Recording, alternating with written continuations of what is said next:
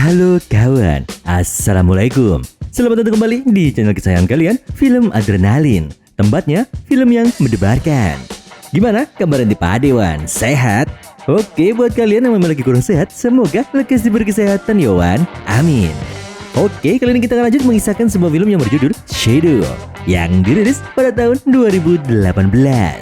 Oke, biar gak penasaran bagaimana ceritanya, langsung saja miringkan HP kamu, lemparkan kenangan bersama mantan, karena film Adrenalin dimulai.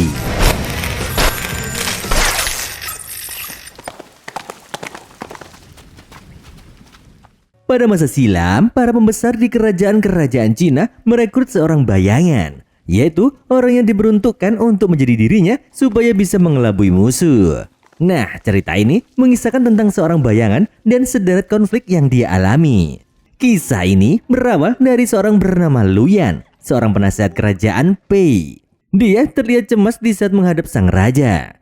Luyan melaporkan bahwa Komandan Ziu telah mendatangi kota Jing dan bertemu dengan Jenderal Yang Chang, atau yang lebih dikenal sebagai Slamet, panglima terkuat kerajaan Nang. Mendengar ini, Raja Pei pun marah. Namun alasan pastinya belum terungkap kenapa dia marah. Yang jelas Komandan Ziu akan menerima peringatan. Tak lama kemudian Raja Pei mengomeli Komandan Ziu. Ternyata kota Jing adalah wilayah yang direbut kerajaan Nang setelah Ziu kalah bertarung melawan Slamet. Sejak saat itu Raja Pei melepaskan kota Jing dan memilih berdamai. 要不是跟杨仓他们休战联盟，等于宣战，毁了。 他答应了。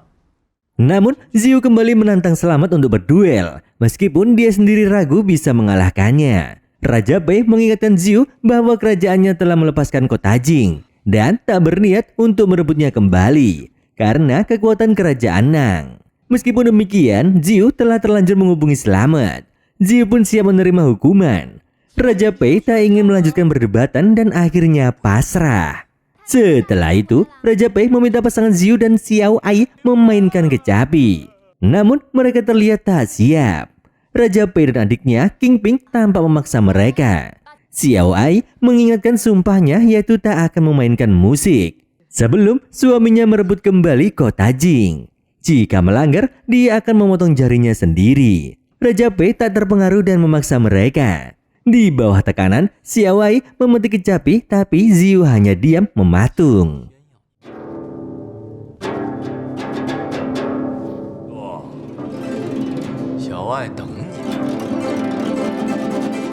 Setelah itu, Xiao Ai mengambil pisau untuk memotong jarinya. Ziu cepat mencegahnya dan memotong rambutnya sendiri sebagai ganti. Mereka berdua pun pamit kepada Raja Pei. Setelah mereka pergi, Raja Pei mempunyai rencana lain, yaitu berdamai dengan kerajaan Nang melalui pernikahan antara King Ping, adiknya, dan anak Jenderal Slamet untuk mencegah perang. Raja Pei memerintahkan Luyan untuk memberitahu rencana ini. Di sisi lain, Xiao Ai terlihat masuk ke lemari yang ternyata adalah pintu rahasia menuju goa persembunyian Ziu yang asli. Setelah dikalahkan oleh Jenderal Slamet, Ziu menghilang dan melatih seorang bayangan bernama Jingzhou. Pemuda ini mirip sekali dengan Ziu, baik wajah maupun kemampuan. Tugas Jingzhou adalah mengalahkan Jenderal Slamet tanpa terdeteksi bahwa Jingzhou adalah bayangan.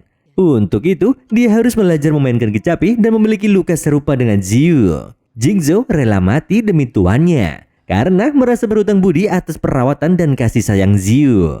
Ziu lalu berjanji kepada Jingzhou di mana jika dia berhasil mengalahkan Slamet, dia akan dibebaskan sebagai budak bayangan. Selain itu, Ziu juga mengungkapkan jika dia sudah menemukan ibu kandung Jingzhou. Hal itu dia ungkapkan agar Ziu lebih bersemangat dalam menjalankan tugasnya.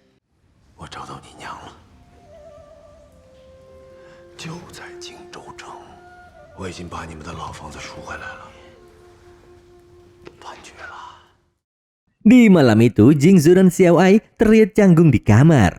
Setelah pelayan pergi, Jingzhou memutuskan untuk tidur di lantai karena tak pantas berbagi ranjang dengan istri tuannya. Ziu selama ini juga selalu mengawasi mereka. Di keesokan paginya, Jingzhou kembali menjadi Ziu dan dihadapkan ke persidangan. Raja Pei menghukumnya karena dianggap menyatakan perang kepada kerajaan Nang. Awalnya Raja Pei ingin memenggal Ziu, Tapi karena jasa-jasanya, Raja memutuskan untuk mencopot jabatannya saja. Keputusan ini ditentang banyak menteri dan petinggi militer, termasuk Kapten Tianzan. Namun Ziyu tetap tegar menerima hukumannya.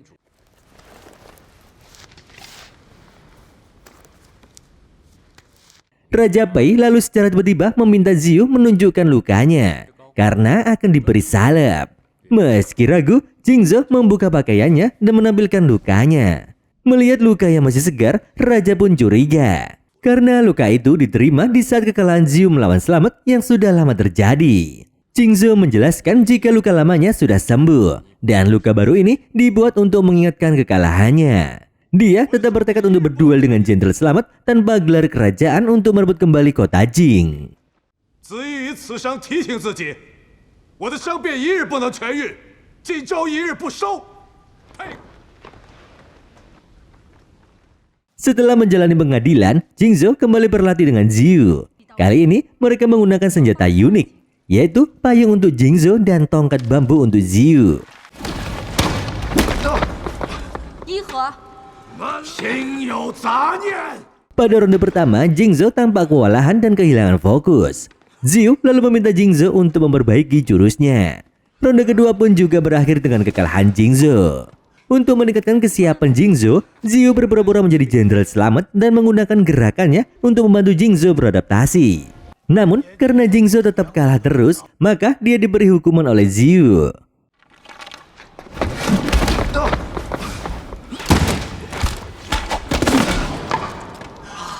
心思不在，心思不在。 Beberapa hari kemudian, Raja Pei menerima kabar dari Luyan bahwa lamaran pernikahan Kingping telah disampaikan kepada anak Jenderal Slamet. Namun, Kingping terkejut dengan hal itu. Malahan dia hanya ditawari sebagai selir. Namun, Raja Pei tampaknya setuju dengan hal ini. Kingping kemudian marah besar. Para menteri menyarankan Raja Pei untuk melawan Slamet. Akan tetapi, Raja tetap pada pendiriannya. Kapten Tianzan bahkan menghina Raja Pei sebagai pengecut. Dan akhirnya dia dicopot dari jabatannya. 该杀的杨家父子，荆州主公，大家大胆田战，犯上我来。 Setelah dipecat, Tianzan semakin berani menghina Raja Pei. Raja Pei marah dan mencoba memanahnya, tapi anak panahnya meleset. Tianzan mengambil anak panah itu dan menancapkannya ke dadanya sendiri. Raja Pei hendak memanah lagi, tapi Kingping melindungi Tianzan.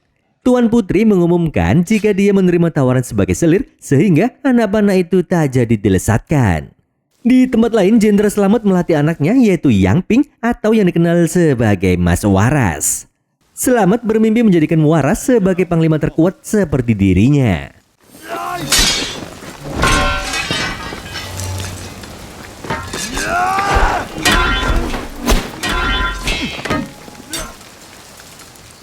Setelah berlatih, Slamet mendiskusikan strategi pertahanan kota Jing dengan Waras. Ternyata, Slamet sudah menduga bahwa Ziyu berencana merebut kembali kota tersebut. Sementara itu, Jingzhou kembali berlatih bersama Ziyu. Xiao Wei memberikan saran baru bahwa daripada meniru gaya Slamet, Jingzhou harus menggunakan gerakan lembut seperti Yin untuk mengalahkan Yang atau gerakan kasar si Slamet. Ziyu pun menyukai ide tersebut. Ziyu lalu mengajak istrinya berduel agar Jingzhou bisa melihatnya.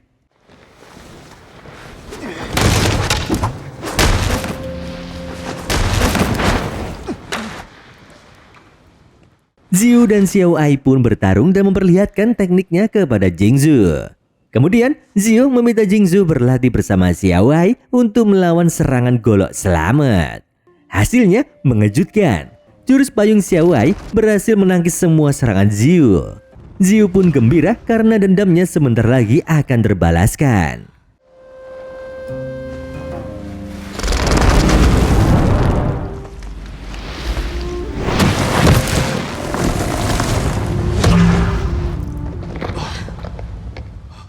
Jingzhou pun lalu dikirim untuk bertemu Kapten Tianzan yang baru saja dipecat. Ziyu berencana mengumpulkan ratusan buronan brutal untuk merebut kembali kota Jing.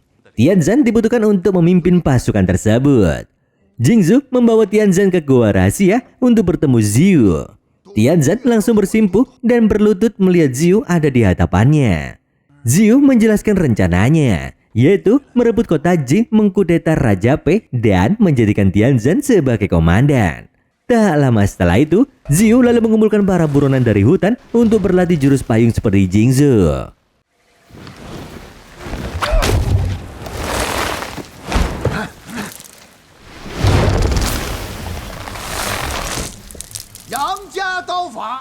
Persiapan perang telah dimulai. Malam sebelum pertarungan, Jingzhou curhat kepada Xiao Ai tentang keraguan menghadapi Slamet. Xiao Ai menenangkan Jingzhou dan menyatakan kepercayaannya pada kemampuan pemuda itu. Namun, kata Ai, Jingzhou bisa lari jika dia takut kepada Slamet. Jingzhou pun lalu menjelaskan jika semuanya dia lakukan demi Ai. Malam itu, Xiao Ai menemukan Jingzhou menangis di lantai. Upaya menenangkannya berubah menjadi intip dan jadi kebablasan. Ziyu pun menyaksikan adegan itu dari lubang kecil di dinding.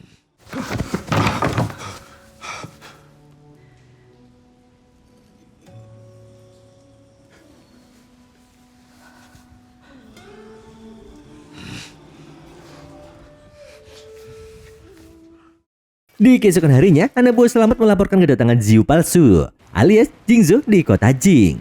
Jingzhou menunggu Slamet di gerbang kota dan siap berduel. Namun duel tersebut hanya sebuah umpan. Misi sebenarnya adalah menyerang prajurit Slamet di kota Jing yang dilakukan oleh Tianzhen dan para buronan melalui jalur air. Di saat itu, Tianzhen terkejut dengan kehadiran Qingping, si Tuan Putri. Tanpa menghiraukan peringatan Tianzhen, Qingping langsung menyelam dan berteriak ingin ikut berperang. Di sisi lain, Slamet dan Jingzhou siap beradu kekuatan. Yang mengejutkan adalah payung Jingzhou ternyata bukan payung biasa, melainkan rangkaian 44 pedang yang tersembunyi.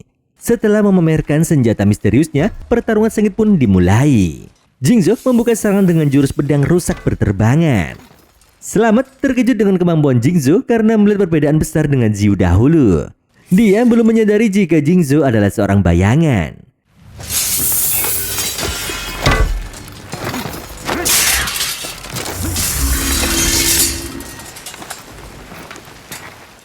Sementara itu, Tianzhen dan pasukannya menyusup ke kota Jing dan menghabisi penjaga dengan panah mereka. Mereka lalu maju ke jantung kota dan melancarkan serangan. Tianzhen dan kawan-kawan mengeluarkan payung dan siap menyerang. Karena kalah jumlah, mereka menggunakan trik menggelinding untuk mengelabui musuh. Payung-payung tersebut menciptakan pergerakan yang tak terduga, sehingga membuat prajurit Slamet kesulitan menyerang. Tianzhen dan pasukannya memanfaatkan kesempatan ini untuk memanah musuh dengan mudah, serta mengambil keuntungan dari kekacauan yang diciptakan payung-payung tersebut.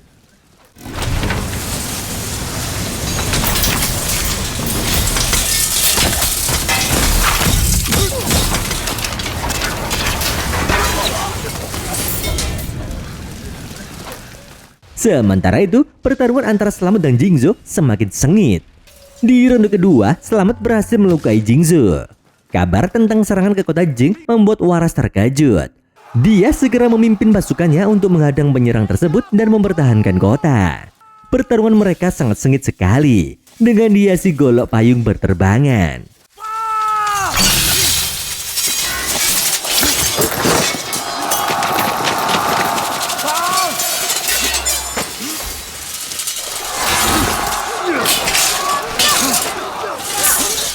Di waktu yang sama, Jingzhou terjatuh dan kakinya terkena golok Slamet. Setelah 3 ronde seperti kesepakatan, Slamet dinyatakan sebagai pemenang. Namun, Jingzhou meminta kesempatan berduel sekali lagi melawan Slamet. Slamet pun menyetujuinya dengan syarat pertarungan itu akan menjadi pertarungan hidup dan mati. Ronde keempat pun akhirnya dimulai.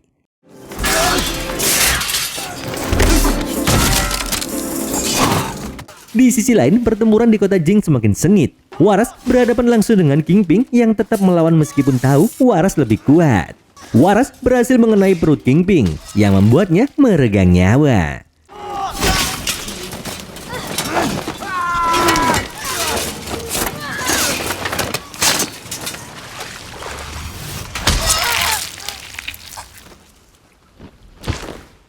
Di saat terjatuh, Qingping mengungkapkan jika dia adalah calon selir Waras. Waras pun terkejut. Saat Waras mendekati Qingping dan mulai lengah, Qingping pun tiba-tiba melakukan serangan terakhir dan mengubah situasi pertarungan.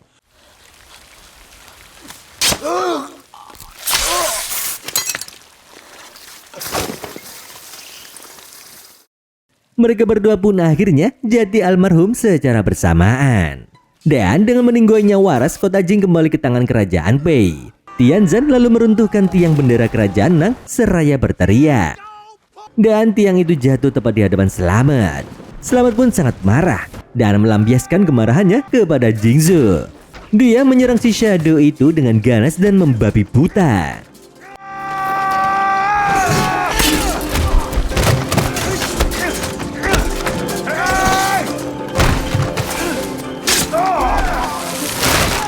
Meskipun terluka parah, Jingzhou berhasil menebas leher Slamet. Setelah itu, Jingzhou langsung menuju desa untuk menjenguk ibunya.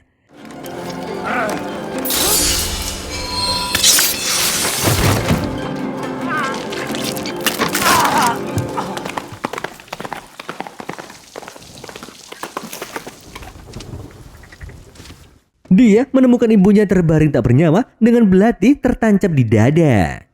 Di saat itu juga, 3 pembunuh bayaran muncul dan menyerang Jingzhou. Ternyata mereka dikirim oleh Ziyu.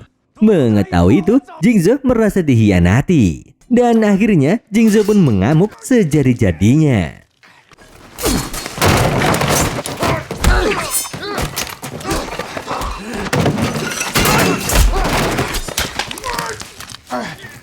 Namun, kejadian tersebut terganggu oleh kemunculan sosok tak dikenal yang menolong Jingzhou.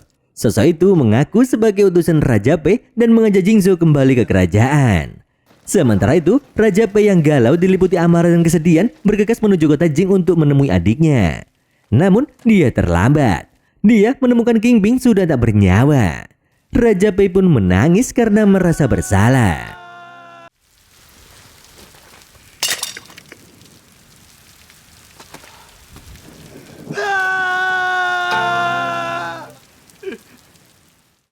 Beberapa hari kemudian, Raja Bei mengadakan perayaan ganda, di mana dia merayakan kembalinya kota Jing dan juga mengenang adiknya yang telah tiada.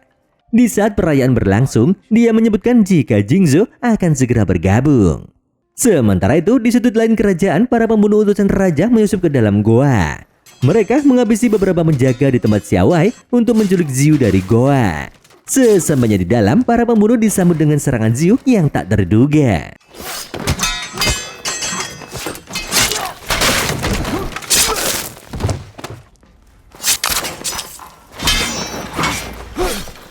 Sementara itu, Jingzhou disambut hangat oleh Raja Pei. Namun keadaan berubah di saat semua menteri dan pejabat keluar ruangan. Raja Pei menahan Luyan dan menghabisinya di tempat. Raja mengungkapkan jika Luyan telah bersekongkol dengan selamat dan menerima sogoan, serta mengkhianati kepercayaan kerajaan.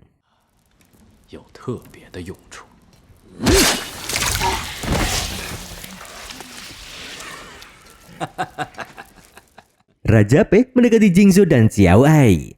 Dia mengungkapkan kalau dia sudah tahu identitas asli Jingzhou.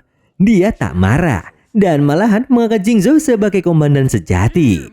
Tiba-tiba pembunuh utusan raja muncul dengan kotak yang diperuntukkan untuk kepala Ziyu.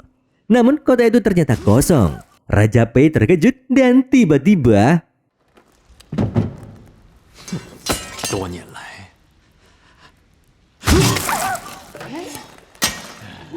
bukan Ziyuan pelakunya. Ternyata pembunuh tersebut adalah Slamet.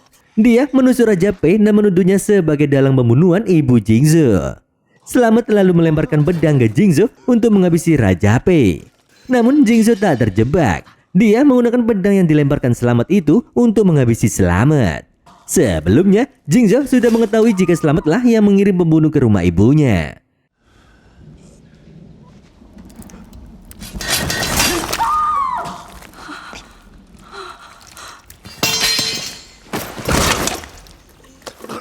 Setelah menghabisi Slamet, Jingzhou mencabut nyawa Raja Pei yang sedang meregang nyawa.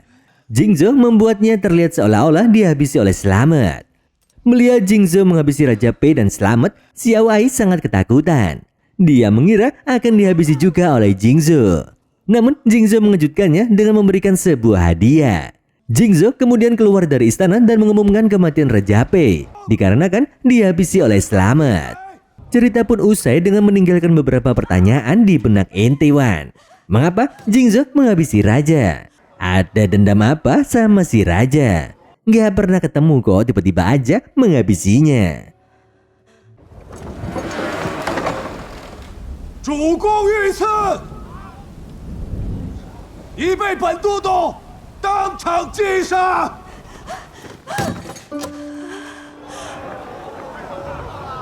The end. Oke Wan, pelajaran yang bisa kita ambil dari cerita ini adalah sungguh mulia sifat manusia.